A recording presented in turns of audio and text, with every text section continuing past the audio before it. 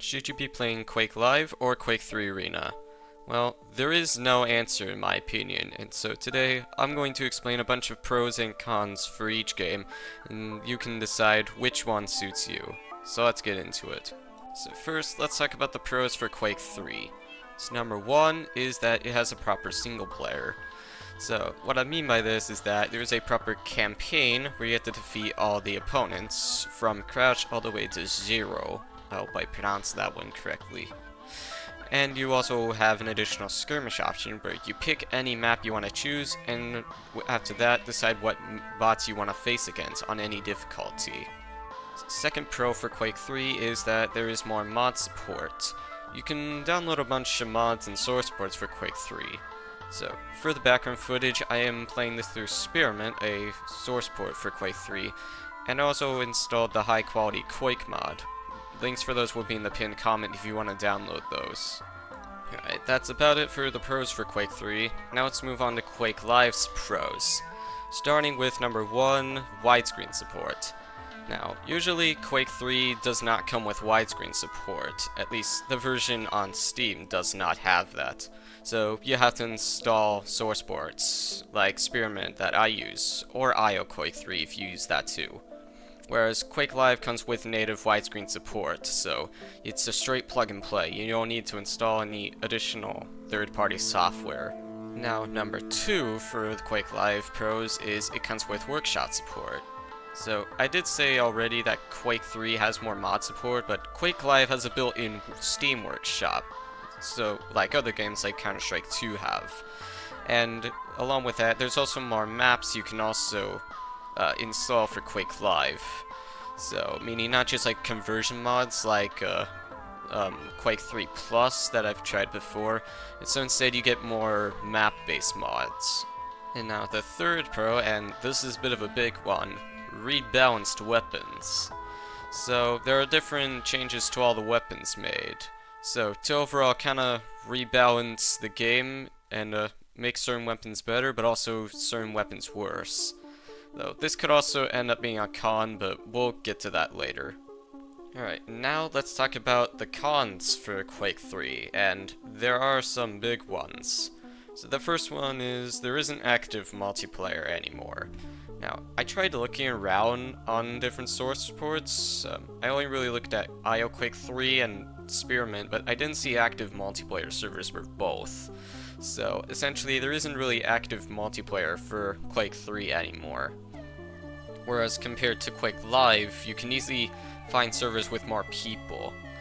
Though, those servers mostly focus on free-for-all or clan arena. At least, those are the ones I found.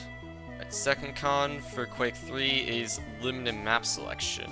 Now, Quake Live by default, without any workshop add-ons, does have more maps than Quake 3, so you may get more maps such as Cold War, which you may have seen in the background footage at one point, and also maybe some other maps are also included by default without workshop add-ons, but I'm not sure exactly what ones. But yeah, so in all, Quake 3 doesn't have a whole lot of maps compared to Quake Live by default with no mods. And third con for Quake 3 is there isn't as many game modes compared to Quake Live. So Quake Live does have a lot more game modes. So you've got Clan Arena, you've got Freeze Tag, you've got Race. You know, it has more variety with game modes. But Quake 3 only really has Deathmatch and Capture the Flag. So that's really all I was able to determine here. And now finally, let's talk about Quake Live's cons, and right away I'm going to discuss the elephant in the room, and that is Quake Live was censored. Yeah, that's right, there's no blood effects, the jib effects are now replaced with sparks. So yeah, there is no blood now. So that's why when you look at Quake Live, you'll notice it has a T rating on Steam store page, instead of having an M rating that Quake 3 does. Second con for Quake Live is the AI is not as aggressive, apparently. So, I did hardcore difficulty for the bots on both games for background footage, and I found it was easier to get ahead in all the other players when it comes to the score. So, yeah, they're not as aggressive in Quake Live. Though, you can also just set it to Nightmare, or turn on the Challenge mode if you prefer, but the Challenge mode didn't really affect it that much. So, yeah, I just say Nightmare is the better experience for me. And also, I was also doing Capture the Flag as well a few days back, maybe a few weeks, and I noticed that the AI does not tend to act well for Capture the Flag. Because the issue is, the opponents will always aim for my flag, and so it becomes impossible to really capture it, so yeah. Of course, it's kind of hard to really describe it, so you can just test the AI yourself on Capture the Flag, if you want to know. I also tried out race mode for Quake Live, and the AI all the opponents would just fight each other constantly, instead of actually doing what the mode is, which is very annoying. So yeah, if you're doing race mode, you cannot do it with the AI, so yeah, kinda sucks. And the last con for Quake Live is the inability to change the game rules, which you can do in Quake 3, mainly on the skirmish mode, at least that's what I was able to.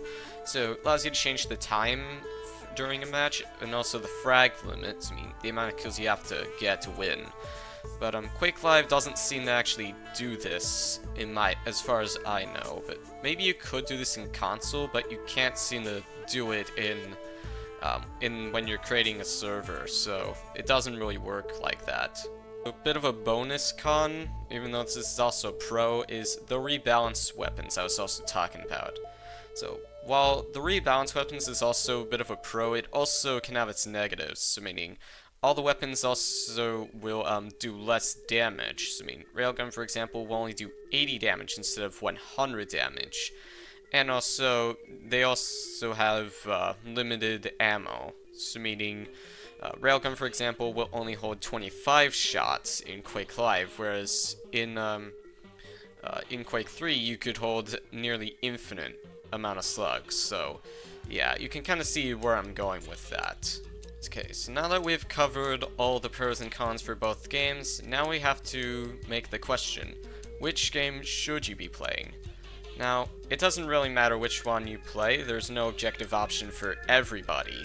So, but there is a few certain situations to decide which game you that you probably should play. So meaning, if you're about playing the single player, if you want to just play with bots or play the campaign, then Quake 3 will be a more single player friendly option. But if you're more about playing multiplayer, and also want some variety, meaning with all the new game modes, then Quake Live is better for that purpose. Of course, there's other conditions that make you decide which game you want to play, but those are the main ones I would consider. And with that just about wraps up today's video. Thank you for watching.